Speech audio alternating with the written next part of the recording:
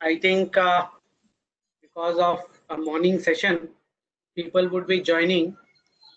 So they would keep on joining. In the interim, we will start. So good morning, all of you. And again, welcome back to our second session of this series on the critical issues under GST.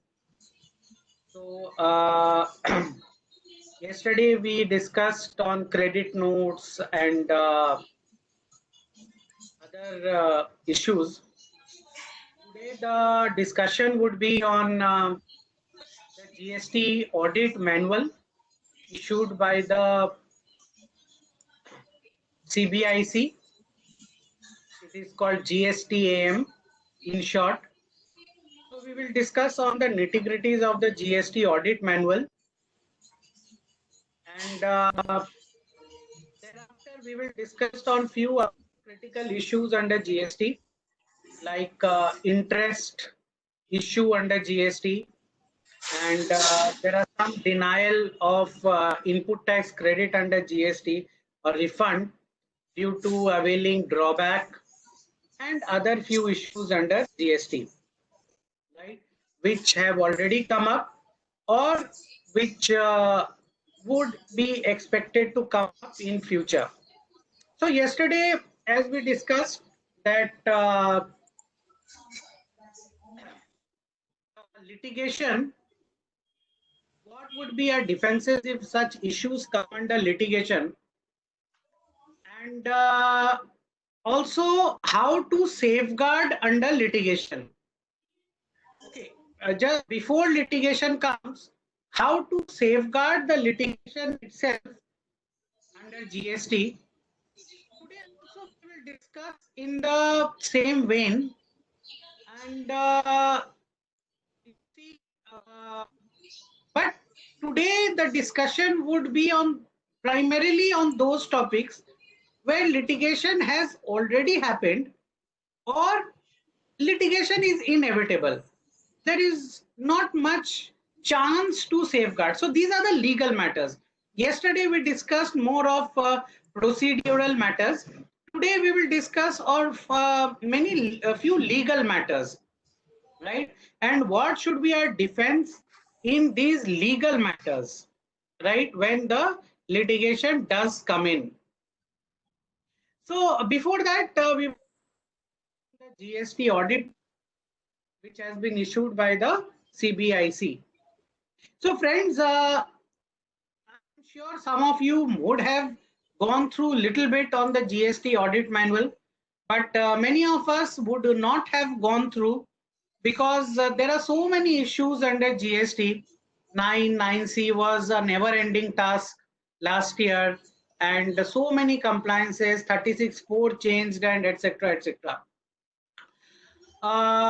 And now when the time came, then this lockdown due to COVID-19 has come, and this all GST departmental audit has by and large got postponed, and if at all, possibly it would not happen before October. But let me tell you, the departmental GST or GST assessment or audit, especially for the SMEs or the larger enterprises, medium and large scale enterprises, that is inevitable.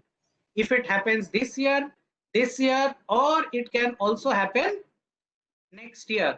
But whenever it will happen, this GST audit manual will be followed, and the audit will happen from 17-18, not from 19-20, 20-21, 21-22, whenever audit does happen, but it will happen for 5 years at a time, right, which is the time barring period under GST, just like the Service Tax or Central Excise Act.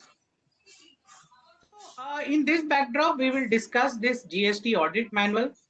So as you see, this is the foreword, right, of the GST audit manual. So this is just like the preamble of the Constitution. अरे कल्पना meeting चल रहा है, बोल मत, इधर सुनाई दे रहा है. Kindly mute yourself. Please mute all the participants. Yeah, participants are requested to kindly keep yourself on mute so that kindly mute yourself, please. There is a taskbar. Kindly press the mute button.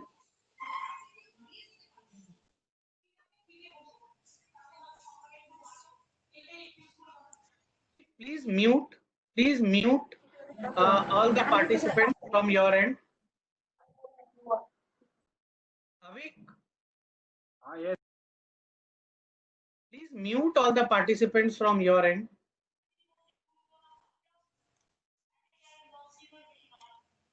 Okay. Yeah. Okay. So, see, this is the foreword, okay, of the GST audit manual, and it says that, as you are aware, GST commenced from 1st July 2017. However, the audits under GST had been put on hold primarily for the reason so that the database of the returns, including annual return, is available for one full accounting period. So this makes it very clear. The foreword itself makes it very clear that the revenue was waiting for all the data, and primarily the GSTR 9 and 9C. And now that the 9 and 9C for 17-18 is available with the department, which is a gold mine of information, right? So the GST audits would happen. And as I said yesterday, that just before this, in taken a class for already almost 200 GST officers, audit wing officers, and the department was really preparing its officers hard for the GST audit by the department. You see, whenever an audit happens, one does need to understand what are the risk parameters. Which person would be audited, which person would not be audited. If a person is audited, then when he will be audited approximately. So Annexure 12 of this GST audit manual, it gives the local risk parameters. So there are two types of risks. One of the risk is which is unearthed by the CPIC audit wing in Delhi, right? The central wing and the assessment. One thing is for sure that the assessment or audit will happen for the all the last 3 years from when the audit is happening. So if it happens in 21-22, it will happen for 3 years at a time, that is from 2017 to 2021, right? Or 4 years, right? So because 5 years is the time barring period. So what is the local risk parameters? You see, there are a host of parameters. I will take you through one or two, which is very important. So if you see that the taxpayer did not provide or delay in providing documents to the audit team, this is the first risk parameters. So in case an audit letter does come to you or any letter does come to you, important that all the notices or letters are replied to. Otherwise, it increases the risk parameter of you as a taxpayer. Many a times, many of the experts also have advised that if the department gives a mail through a personal mail ID, maybe Gmail ID, do not reply. Yeah, while with all respect to the judgments of such people, but it is my opinion that whenever you get any note or you get any mail or you get any notice from the department, it is very, very important to reply to that issue or notice or email. You have verified the authenticity.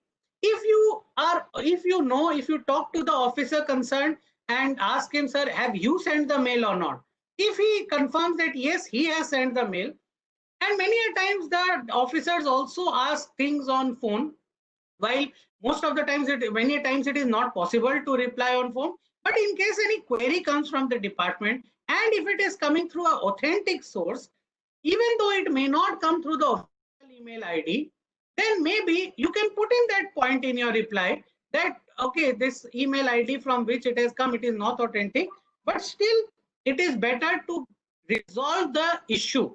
Otherwise, you see, this is the first risk parameter, that in case you are found to be a person who is not replying to emails or communications by the department, then maybe the risk parameter would go up, right? So things are like, which we all know, the bigger the SSE, the more the riskier he becomes. So the ratio of the turnover, expenses, and another important factor is that what is the percentage of ITC utilization. So you see, many of us would have got notices for those businesses where the profit margin is very little, right? And you see, we are handling a lot of electronic companies or distributors or traders. There you would get that the profit margin sometimes is very, very little. So it is ranges between 1% to 5%, right? In the VAT regime, what used to happen is that ITC, most of the input tax credit for expenses were not available, and hence the ITC utilization was lower. Suddenly in GST, you get all the credit for rent paid, for printing stationery, etc. And you see that the cash payment is hardly 1 or 2% in trading enterprises specifically. So again, if the ITC utilization is so high, we would have all got notices for the particular businesses we are serving. Therefore, these notices, one is that you must always reply and give the department the reasons why such ITC utilization is high.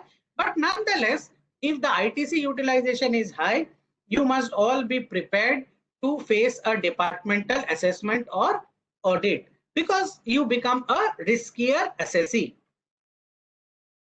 right? Then the GSTR 1, again, as I said yesterday, reconciliations are very important in GST. So if your GSTR 1 does not match with GSTR 3B, 3B does not match with 2A, etc., all of these assessees become key assessee, and they are liable to get audited first. Next is, while doing the GST audit for 17-18, many of the professional chartered accountants, cost accountants asked, and the CBIC had clarified that the chartered accountant or the cost accountant who has done 9C audit, his role is limited to reconciliation, right? The moment he reconciles the books to the account, to the returns, his role is fulfilled.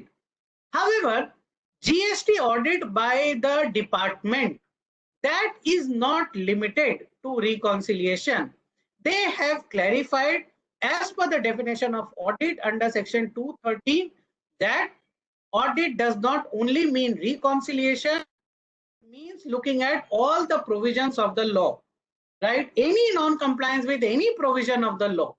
So if you have not generated way bills, but for any movement, but you have also managed that the vehicle was not intercepted, but when the department comes for assessment and finds that against a particular movement no way bill was generated, then that is also an item for departmental audit. Objectives and principle of audit, one very important thing is that, which we should all note, is that even the departmental officers are required to keep, you see, speaking documents, right? So this is very, very important. And hence the officers who are coming for, they also have to build a case. It is not that the audit or the findings can be whimsical or arbitrary. It has to be as per the terms of the law, and the underlying documents have to be collected by the officers so as to ascertain that the liability of the assessees who is being audited. Duration of the audit is also given. So for large taxpayers, it is around 8 days, medium taxpayers 6 days, and small taxpayers around 4 days. So in case of medium to large taxpayers, generally the norm is that the audit will happen for one whole week. That is Monday to Friday. The officer will come to your premises and audit will happen. In the case of travel time, in the case of mega cabs, it was always disputed by the SSE that the department cannot come to the premises of the SSE to do the audit. But in GST, all that litigation would be put to rest because it is in the law that the department can come and do the audit of the taxpayers. What would be the process flow of the audit? You see, I have given it, depicted it, and this is not my chart. It is as per the GST audit manual. So they have depicted this chart. And here I would like to only tell you that,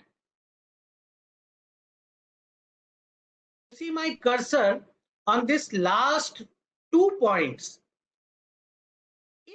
Just like central excise or you see service tax, whenever the department comes to audit, the Christ or the effort of the department would be that, and it is written down in the audit manual itself, that the effort of the officer should be to convince the assessee in case of any default, and if the assessee is convinced, then the maximum collection should be done on the premises when the officer is on the of the assessee itself, right? So the department will give you an audit memo in GST ADT 1A, and if you accept it and pay off, there would be no show cause.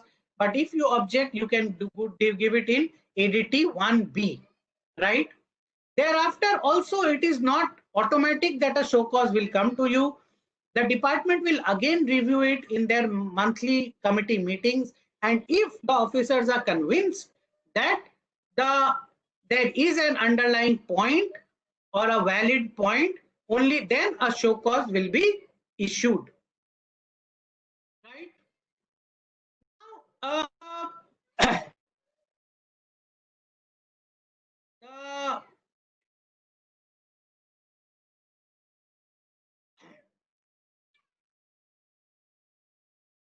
the next point is that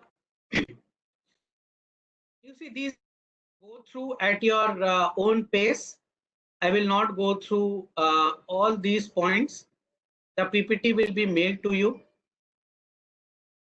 Now, next critical issue is this chapter 5 of the GST audit manual, which is profiling of the registered person.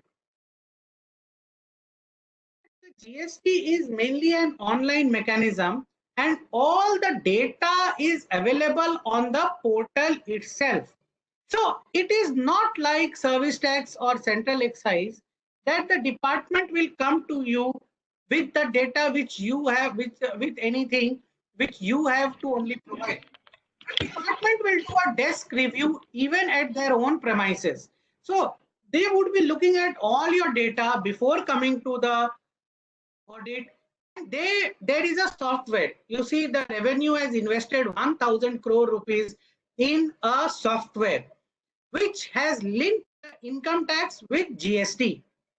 So all income tax returns, all GST returns, annual returns would be available with the department before they come for the audit, and your profile would be available with the department itself before it comes for audit. So you see, the department would be doing a lot of due diligence before coming to audit, and therefore it is important that the assessees or taxpayers, they are also equally ready. Bear in mind that one important document which I would like to highlight is the trial balance. They have mentioned trial balance sheet, but trial balance. So many a times when we have gone through this 2017-18 GST audit, Many a times we have seen that the state-wise trial balance is not available in the ERP systems of the taxpayers. But trial balance, let me tell you, we have discussed with various commissioners across the country, and everybody has to say that the trial balance is the most important you see the statement which the department will rely on. And a state-wise trial balance is a mandatory document for GST audit.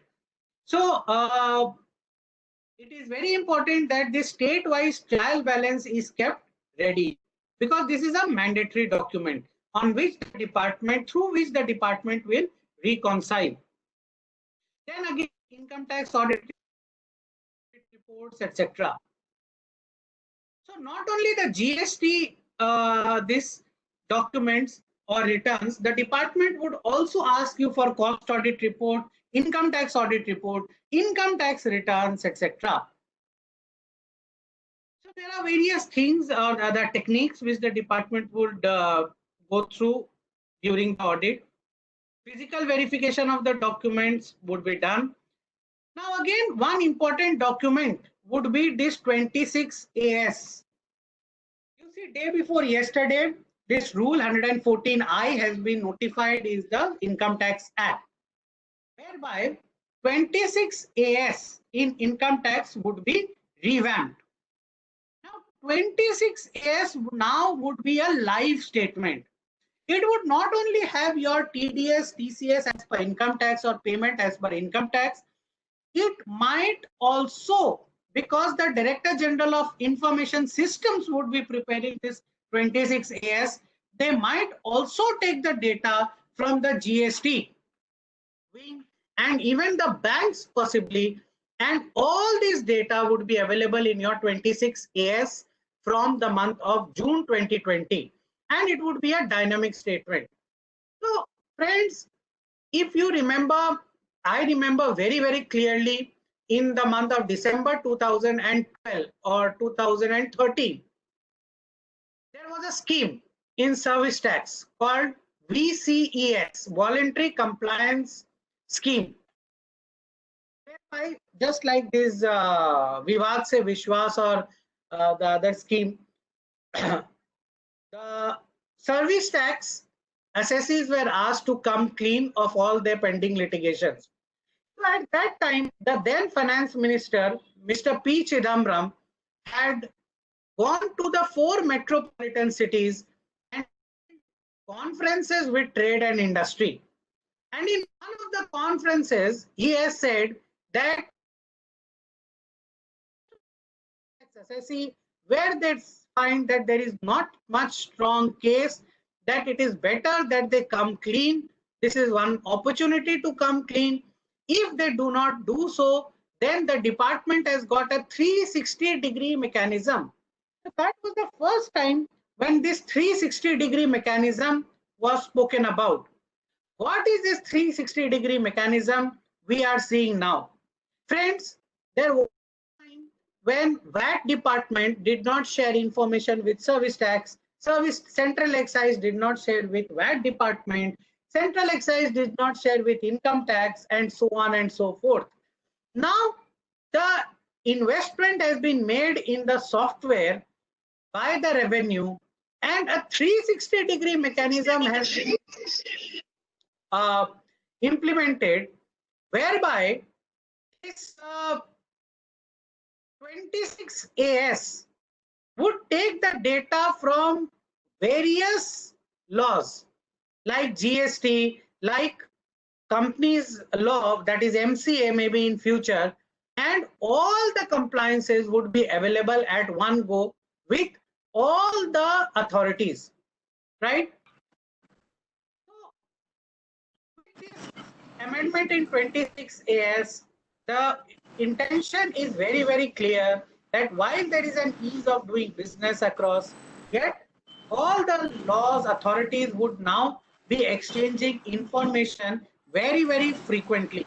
And hence, we should also keep on reconciling the books and the returns under various laws.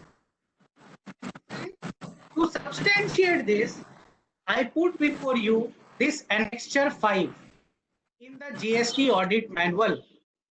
You see, this Annexure 5 again talks about 360-degree mechanism. And this is not what I have made. This is there in the GST audit manual. So you see, there are various reconciliations which the department, GST department, who comes for assessment or audit would be asking. What is this reconciliation? It is a reconciliation between your books of account, return, annual return, your cost audit report, your income tax audit report, trial balance, annual return, and income tax return, right? So all these income tax, GST, cost audit, and annual accounts, all these soft copies are already with the authorities. MCA, XBRL is there. Cost audit, it is there with MCA. Then income tax return and audit is there. GST annual return and audit is there. So the department is asking the SSCs as of now to prepare this kind of reconciliation. Possibly in future, it would all be available with the authorities who come for audit, even under income tax or under GST. So this reconciliation, and this reconciliation is mainly the quantitative reconciliation. So you see, while filing this time's GSTR 9, there was a big hue and cry by trade and industry regarding HSN codes. And people said that HSN codes are not available. And for 17, 18, 18, 19, there is a relaxation for providing HSN codes in the GST annual return and audit. But friends, going forward, all of this information have to be provided, but because quantitative reconciliation has to be done going forward, and not only quantitative in one law, but in various laws, right?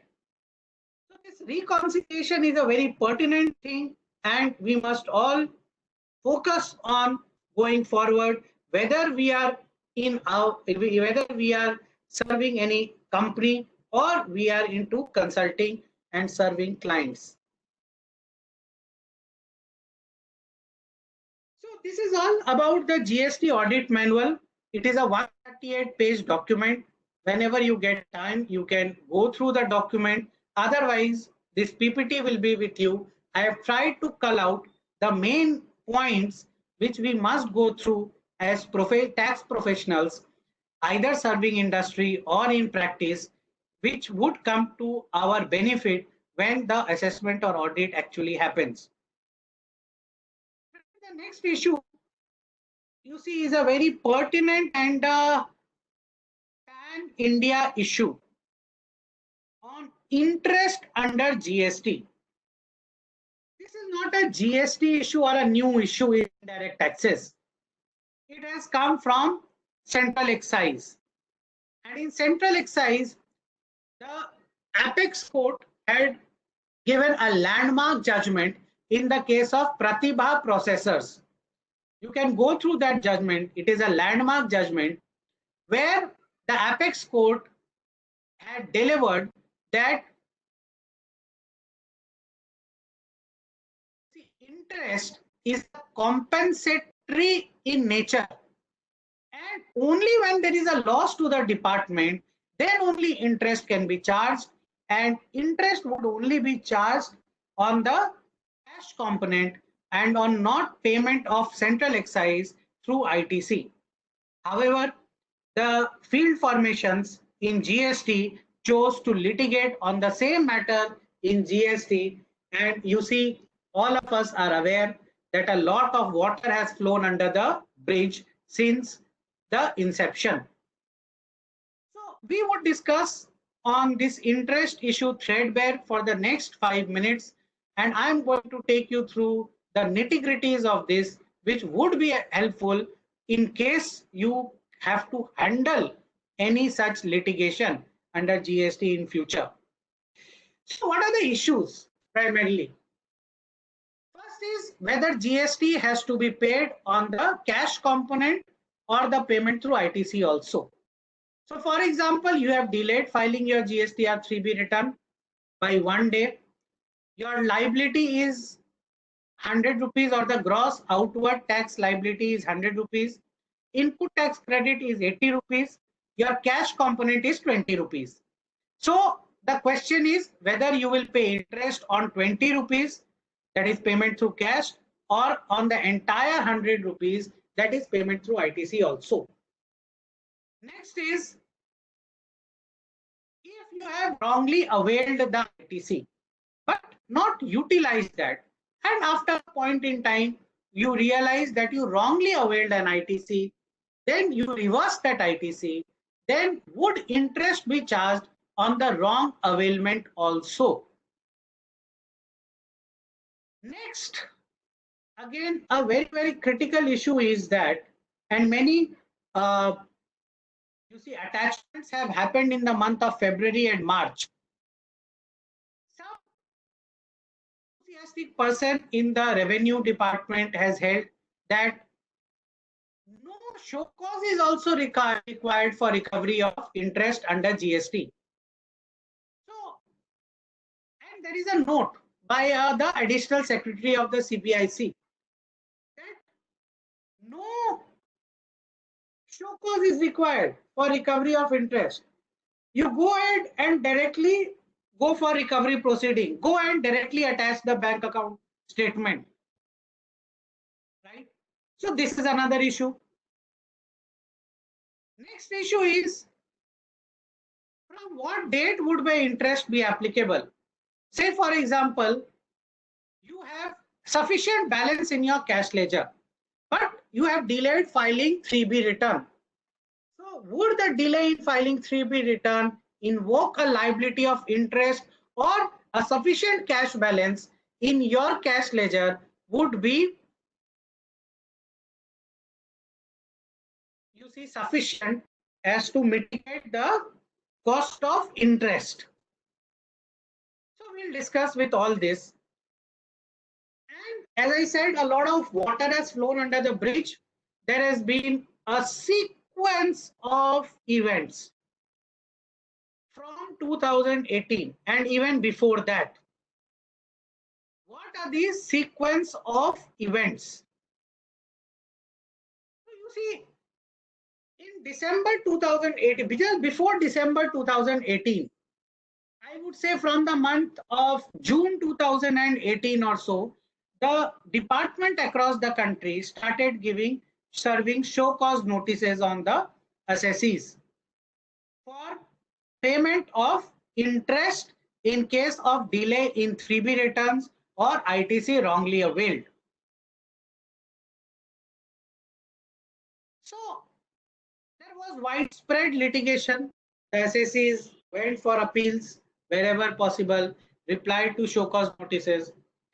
Therefore, some sense prevailed, and in December 2018, you would see a press note dated 23rd December 2018, whereby the GST Council has held that, or decided in the GST Council meeting, that the interest would be charged on only the payment of GST through cash.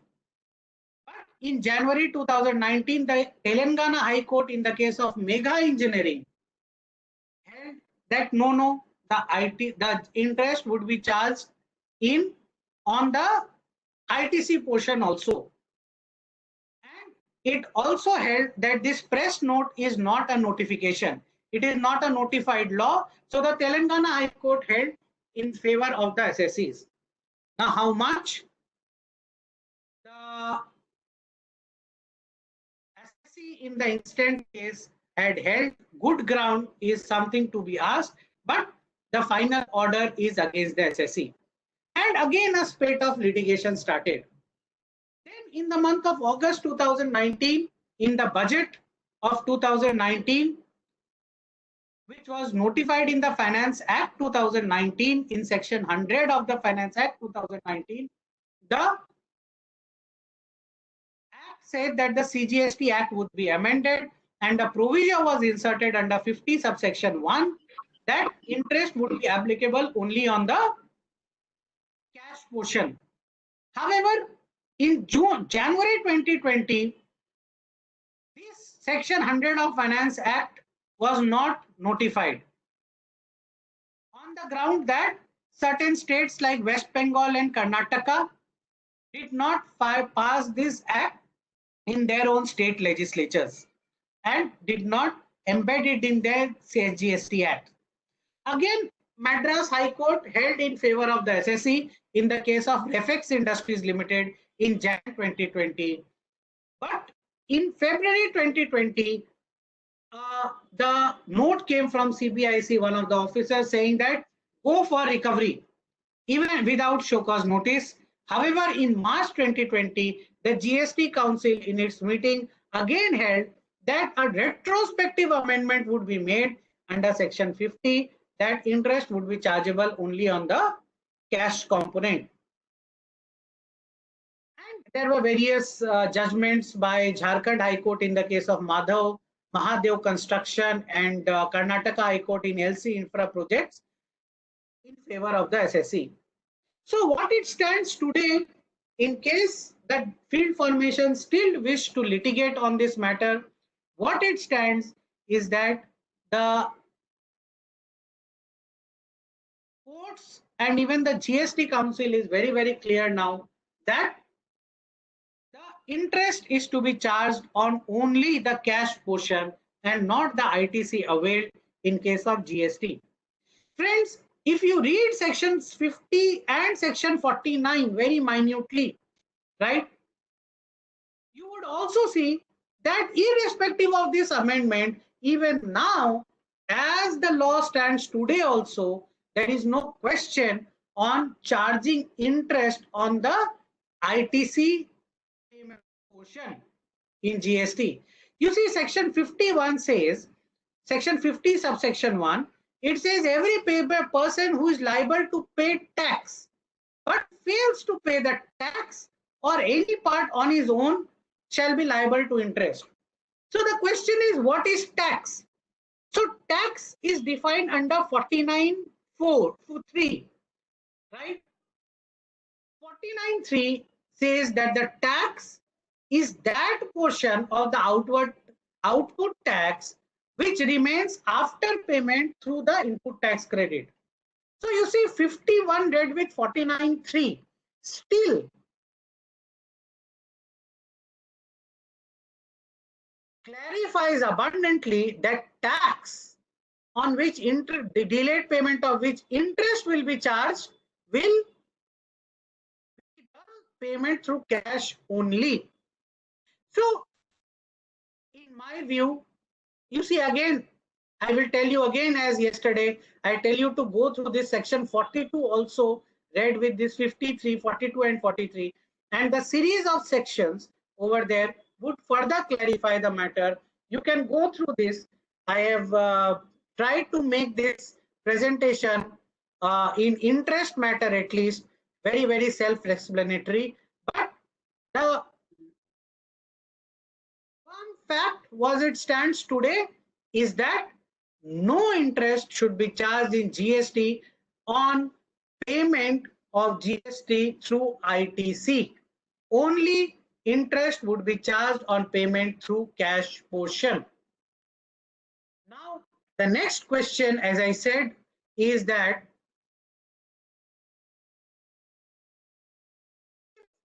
I have sufficient cash in my cash ledger, but I delay in filing 3B return, then would interest be charged on the amount which is lying in my cash ledger also or no? So you see, this is a, I would say, 50-50 case, because GST amount available or the cash amount available in the cash ledger until set off is not a revenue for the department as what the law stands. Therefore, this interest litigation to such extent is expected to continue, right?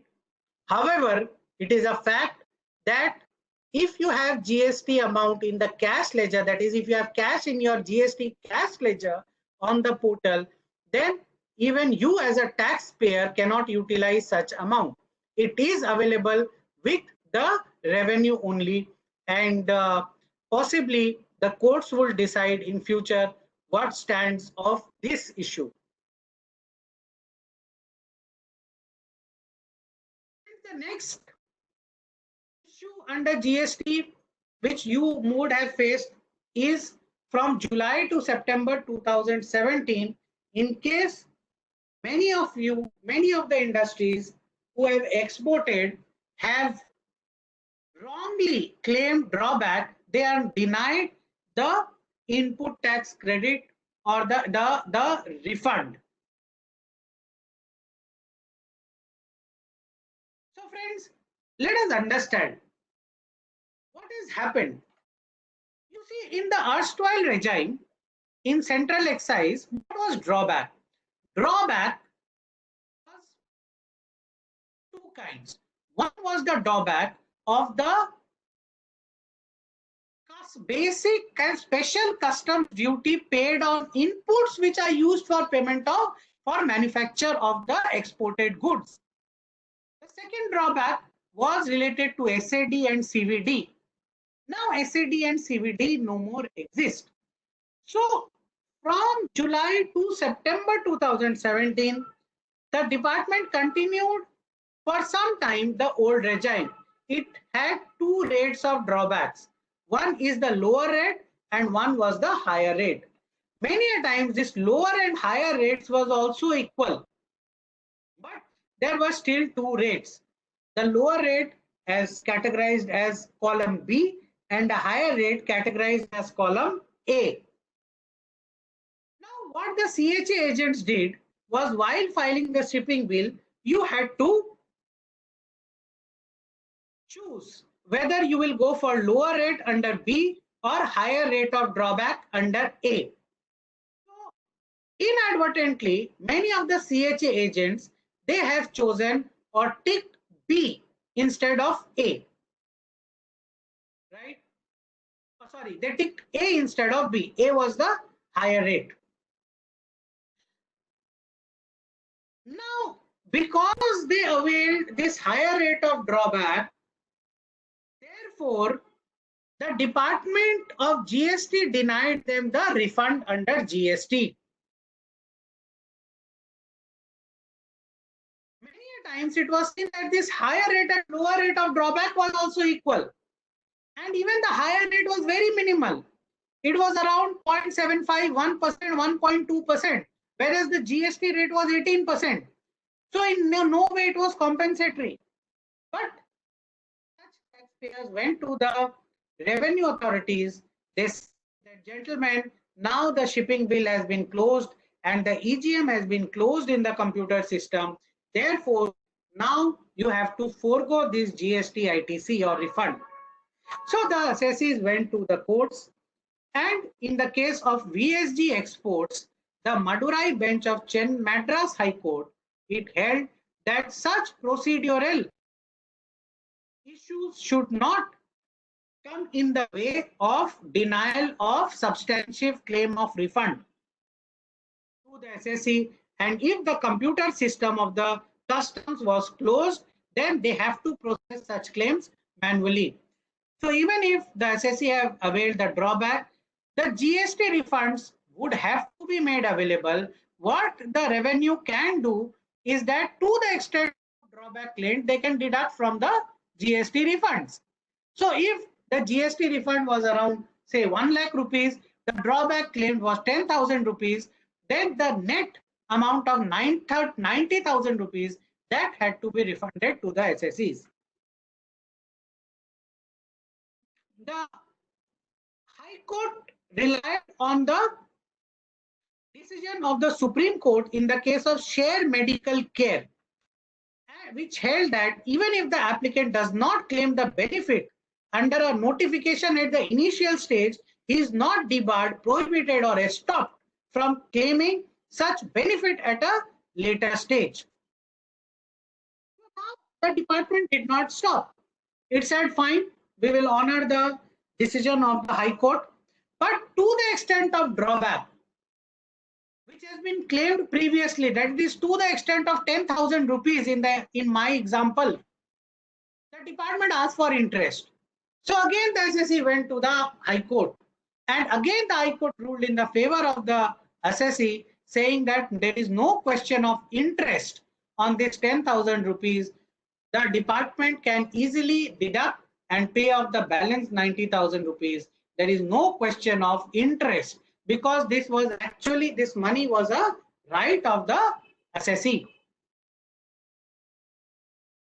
So friends, as of now, it is very clear, even if you have availed drawback, as far as I understand, there are still 5,000 applications lying with customs, and the law, the precedent in which VSG export has laid down is very clear, that even if you have claimed a drawback inadvertently, you can still go for the GST refund, irrespective of whether the computer system allows or not. If there is a hitch in the computer system, the department has to process the refunds manually. Again, as I said in the very beginning, today we will discuss on those matters where even after adequate precautions, there has been litigations. So, two important issues which are still prevailing across the country is, number one, the excess availment of ITC under Rule 36(4), and correspondingly the blockage of input tax credit under Rule 86A. We will discuss both these issues and what can be the defenses in these cases. Now friends, this Rule 36(4), we are all aware, it has capped the availment of input tax credit to the extent of 120% till December 2019, and from January 2020, it is capped at 110%. That is, if your purchase register shows an input tax of say 120 rupees, 150 rupees, but your GSTR 2A shows a credit of 100 rupees, you can avail a maximum of 110 rupees only.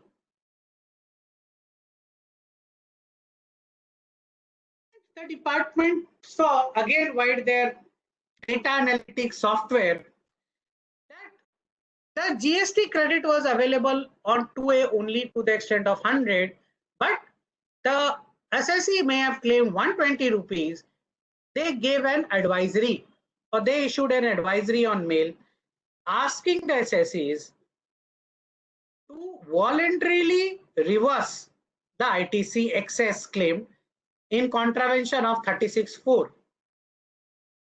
However, you see, there were various loopholes which was found out because there was no intervention. It was just like CPC in income tax.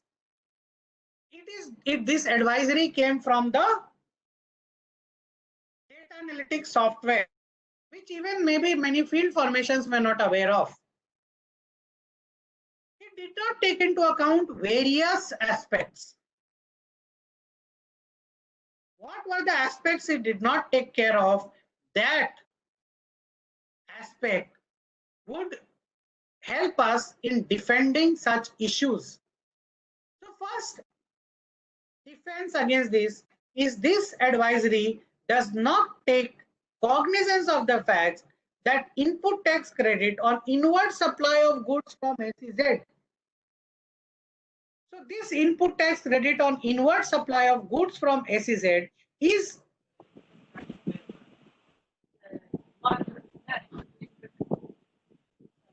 taken by the assessee in 4A5 of GSTR 3B, but it is not available in 2A. So this is a cause for difference. Then White Circular 26/2017, we all know that any ITC of last period or any ITC missed can be taken in the subsequent return.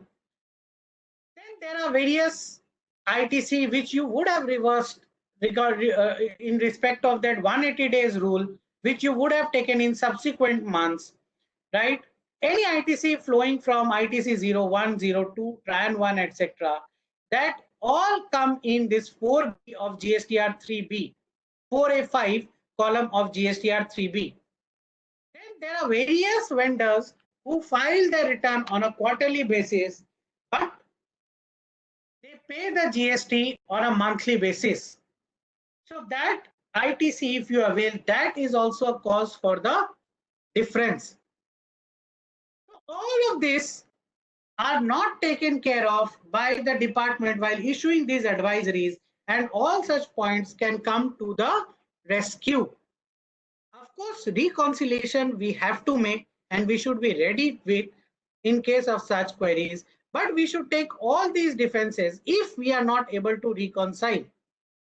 Now friends, correspondingly, I said there is another rule, this rule 86A, right, by which the blocking of ITC has been taking place across the country in various states. So in case the revenue finds that the ITC availed is more than 110% of 2A, then rampantly this ITC gets blocked, and many a times there is no show cause and even no intimation to the SSE that this ITC is blocked, and whimsically ITC is blocked, and once the SSE goes to file the returns, he sees that such ITC is blocked, and thereafter once it is reconciled with the department, only then it is reopened. So my respectful submission in the instant case is that such blockage of ITC is whimsical and against Article 14 and 19(1)(g) of the Constitution of India, and such defense should be taken in all protests against such blockage of ITC. You see, even this rule 86A, it says, lays down the reasons or the process of blockage, and it says very clearly that the officer not below the rank of an assistant commissioner shall have reasons to believe, and that reason to believe that ITC is fraudulently availed or ineligible ITC has been taken. Only then he can block the ITC. Friends, this reason to believe has been defined under Criminal Procedure Code. This reason to believe has been taken from CRPC and IPC. And reason to believe is very different from reason to suspect. Reason to believe is more strong word than reason to suspect. If the 2A is not matching with my 3B, that may be a reason to suspect, but only after the SSE is asked and he cannot explain this fact, only then can be a reason to believe. Such points should always be taken in the protest if there has been a whimsical blockage of ITC. Right? So friends, this 36(4) and 86A, while there is some relaxation due to COVID-19 till September 2020, but this would prevail. And one safeguard which we are all doing, which we discussed yesterday also, is, you see, you should be doing your reconciliation between purchase register and 2A very, very diligently. That is a continuous job which needs to be carried out. The next issue is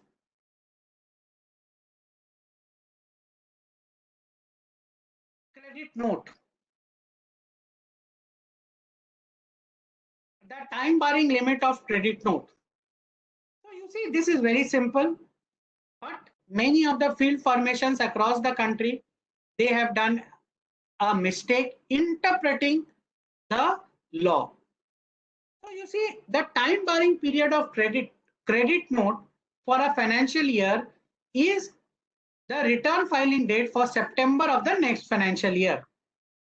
So for 2017-18 financial year, the credit note in respect of 2017-18 invoices would be issued only till 30th September 2018. However, due to difficulties faced, there was a removal of difficulties order in December 2018, whereby the credit note which were issued till 30th September could be disclosed in the GSTR1 or reported in the GSTR1 till 31st of March 2019. However, various field formations had taken the view that no, this ROD2 issued in 2018, this was only in respect of invoices and did not cover credit notes. However, friends, if you read section 37(1), you see it says every registered person shall furnish the detail of outward supplies, right? 37(3) says any registered person who has furnished the details under 37(1) for any tax period and which have remained unmatched upon discovery of such omission or error. Mind that this word omission is very, very critical. So if you have omitted, also you can rectify. So the question is, what is this outward supply? It has been explained that the outward supply also includes credit notes. It does not only include invoices. So section 37(1) and 37(3) read with ROD2 of 2018 central tax, it makes it very clear that a credit note, if that credit note is issued till 30th September 2018, it can be reported in the GSTR1 of 2019 March also. So these were the various issues which we have listed down in our memo also, and we thought of discussing these issues with all the participants. The PPT would be coming to you soon, right? And you see various other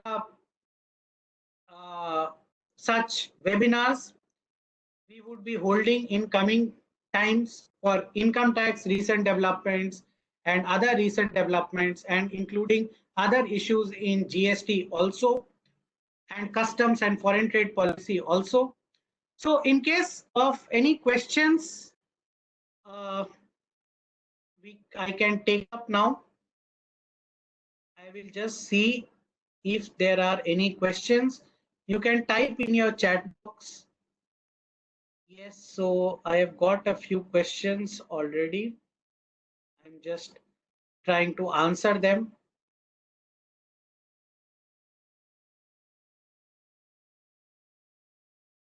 Okay.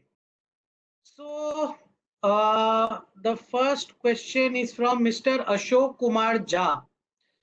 Mr. Jha has to say, is there any time limit for issue of debit note under GST similar to credit note, which is September of the next financial year? Good question, Mr. Jha. There is no time limit for issue of debit note. So the department says, no problem, you can issue a debit note and pay GST till eternity. However,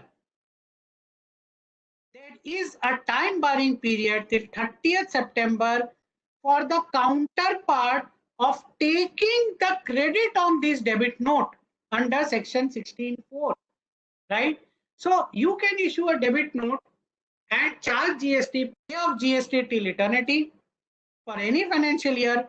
But if you issue the debit note after 30th September of the next financial year, then the counterparty cannot avail the ITC with respect to the same.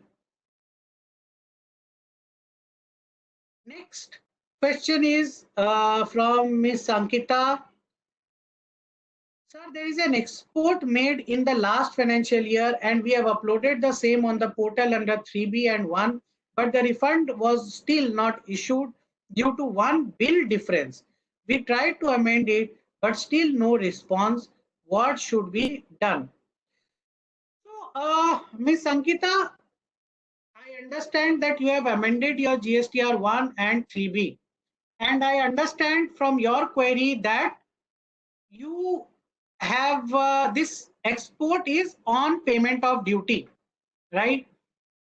If that be the case, I understand that there might have been certain errors while reconciling it with the ICE gate.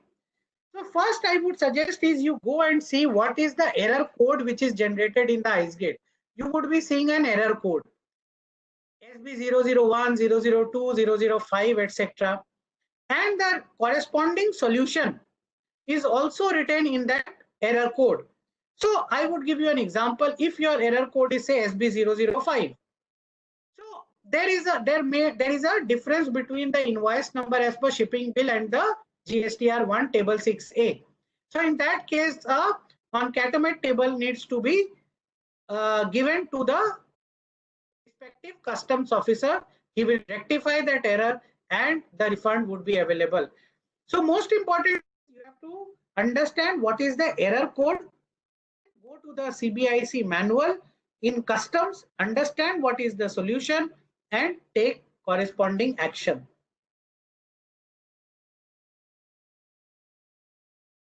Mr. Alok Kumar Jain has to say, I have debited interest on gross for financial year 18-19.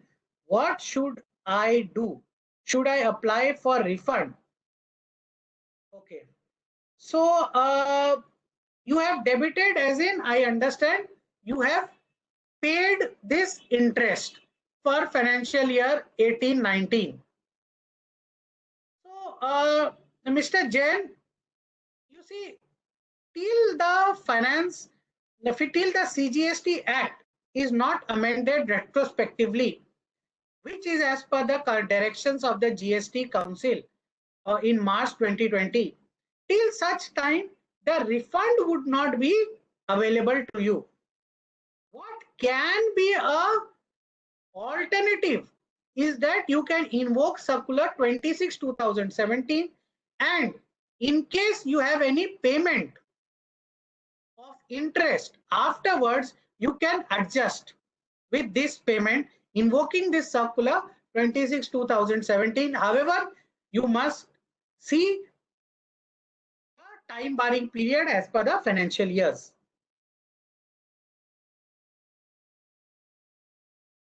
Mr. Kavik says, sir, if supply in railway at the rate of 5% and after October 19 at 12% supply, but my PO is 5%, so this difference amount where from the supplier and late supply shown in GSTR 1, please tell me. Mr. Kavik, you have asked two questions. First is, in case of increase of tax rate, I am very well aware. In fact, I was the one of the persons who have, you see, on behalf of one wagons company, we have tried to get this rate in railways increased because there was an inverted duty problem and the refund was not available. So first question to answer is whether, in case of this rate increase, whether the supplier would bear or the recipient would bear. You see, the GST law is clear, just like central excise or even service tax, that the GST needs to be paid by the government. Now, whether the supplier will pay or the recipient will pay, the government will not get into. It can be an all-inclusive contract or it can be a plus GST contract. So if it is a plus GST contract, then of course you will bill it to the supplier, supplier will bear. But if it is an all-inclusive contract, and if the supplier, in most cases government companies, if the recipient or your customer is not willing to bear this additional cost, then possibly it will fall upon the supplier. Next is also late supply shown in GSTR 1. Please tell me. So if you have disclosed it late in GSTR 1, I think there would be a interest liability. Then Ms. Sayali Deshmukh, she has to ask, would interest be charged on wrong availment of ITC even if there is no need to pay in cash after set off? So Ms. Deshmukh, I think the question is, you have wrongly availed the ITC but not utilized such ITC. So as I said, no interest liability is there in such a case. Mr. Ashok Kumar Jha, again, can we claim refund for invoice raised in March 18 as the contract is cancelled now by the parties due to non-performance of contract, but we are over to claim the refund?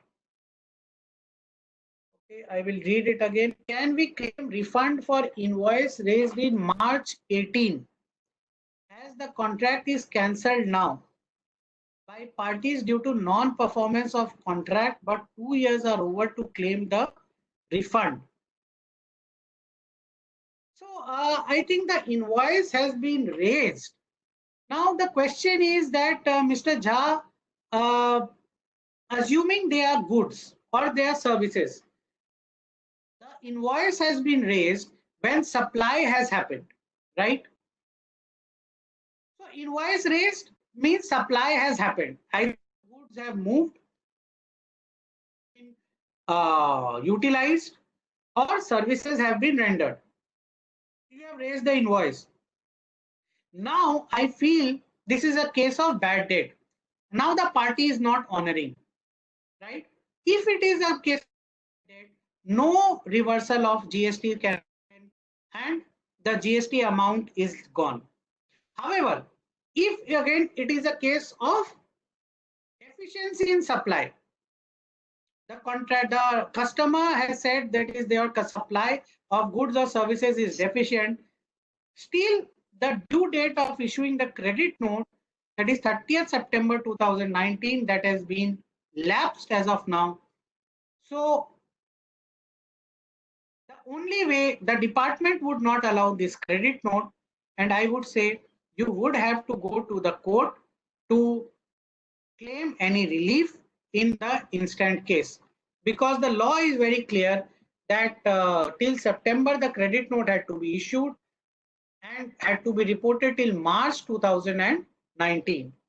So if you contend otherwise, then court is the only, High Court is the only door which you can knock.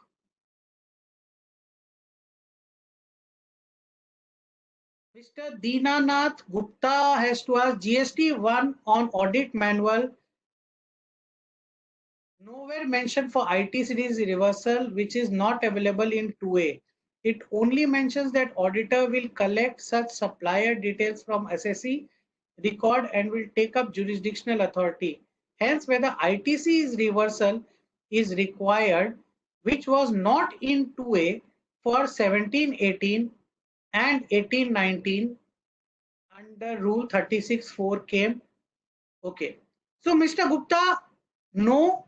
For 17-18, 18-19, if you have availed ITC, but the supplier has not filed his return, and if the supplier has not eloped or is not existence, that is, it is not a fraud case, then I would say that there is no liability to reverse the ITC.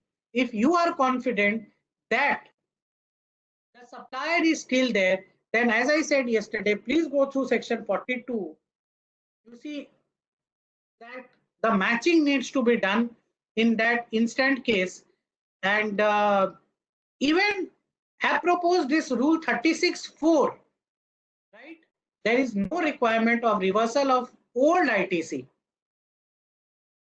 Mr. Kuljit Singh Jhala has to say, if possible, kindly share an Excel sheet for or guide for maintaining of ITC by small supplier of services.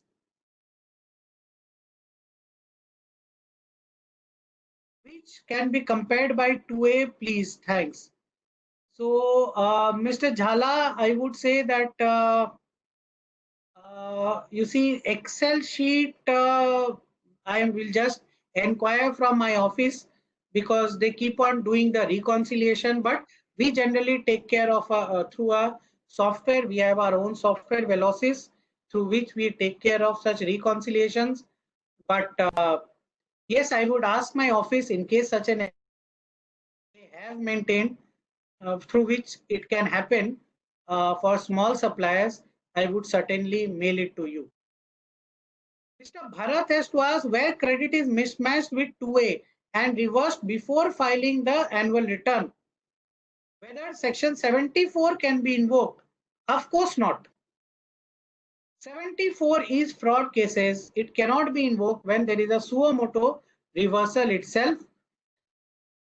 Now, I cannot understand from your query if such ITC has been availed or utilized. If it is availed, then there is no question of interest also. But if it is utilized, then yes, interest would be applicable. Again, Mr. Jhala says total 5 bills are issued to buyer, and the next day the buyer says to change the name in the invoice and other name. Then as there are e-way bills issued, I suppose 5 credit notes to be issued and 1 consolidated bill will be made in the new name. So, Mr. Kuljit Singh, the query is not very clear, but as far as I understand, is that you have issued 5 bills and you want to issue 1 credit note against all the 5 bills. So, yes, this can be done. The GST law section 34 has been amended. However, I understand that the GST portal is not supporting it, and hence 5 credit notes have been issued. But we suggest a different process because it is required, because it is accepted in the law. We still suggest that in case there is a hardship, you take the last credit note, the last invoice number, and put that in the GST portal, and you keep a manual record of all the invoices against which this credit note has been issued. So that is again, this is not written in the law anywhere, as I said, but because the law is there, section 34 has been amended from 1st February 2019, then I would advocate this process. The department tomorrow cannot come up and said that there is a procedural lapse because the law itself has said, and the GST portal on the other hand is not in consonance with the section 34 of GST law. So yes, against multiple invoices, 1 credit note can be issued under section 34 due to that amendment which has happened from 1st February 2019. So thank you, friends. There is no more questions, I suppose. So thank you for joining this webcast, and we would come back to you possibly with newer webcast on income tax, recent developments, international tax, customs, foreign trade policies, etc. Thank you very much for joining, and we will send the PPT of this webcast very soon to all your email IDs. Thank you very much.